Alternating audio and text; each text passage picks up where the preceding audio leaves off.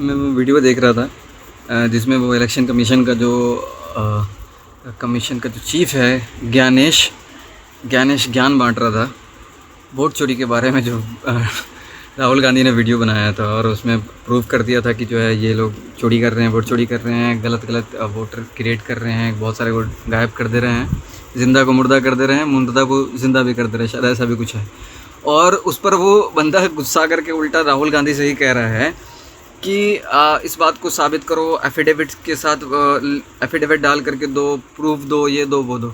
मैं इस बात को बिल्कुल एक सिंपल लैंग्वेज में समझाना चाहता हूँ। बहुत सारे चोरों ने चोरी की, उसमें से एक चोर वो भी था जिसको जिम्मेदारी दी गई थी हिफाजत करने की, लेकिन उस गधे ने क्या किया, उसने भी साथ दिया उन्हीं चोरों का। अब जाहिर सी बात है कि जिसको हिफाजत करने की जिम्मेदारी दी गई थी उसको अब सबूत देना था। तो अब वहाँ पर दो तरह के सबूत थे, या तो आप डिजिटल सबूत दो, वीडियो की तरफ से वीडियो भी दो और साथ साथ डिजिटल डेटा भी दो। तो उसने क्या किया, डिजिटल डेटा नहीं दिया, ठीक है, और दे दिया वो क्या, कागज़ में। उन्होंने सोचा कि अब जो चोर ने सोचा कि इसमें इतना ज़्यादा डेटा में से कैसे छांट के निकालेंगे गलती। अब हुआ क्या कि सामने वाला बंदा भी बहुत चालाक निकला, उसने पूरी मेहनत की और छानबीन करके पूरा निकाला। और जब साबित कर दिया तो फिर उसी से वो चोर कह रहा है जिसने साथ दिया था कि हमें सबूत दो।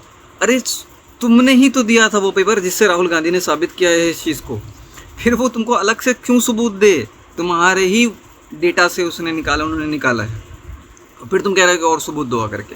यानी एक तो पहले चोरी करो, फिर उसके बाद जो डेटा में से उसमें निकल जाए, प्रूफ हो जाए, फिर उस पर भी से ना जोड़ी करो, ठीक है।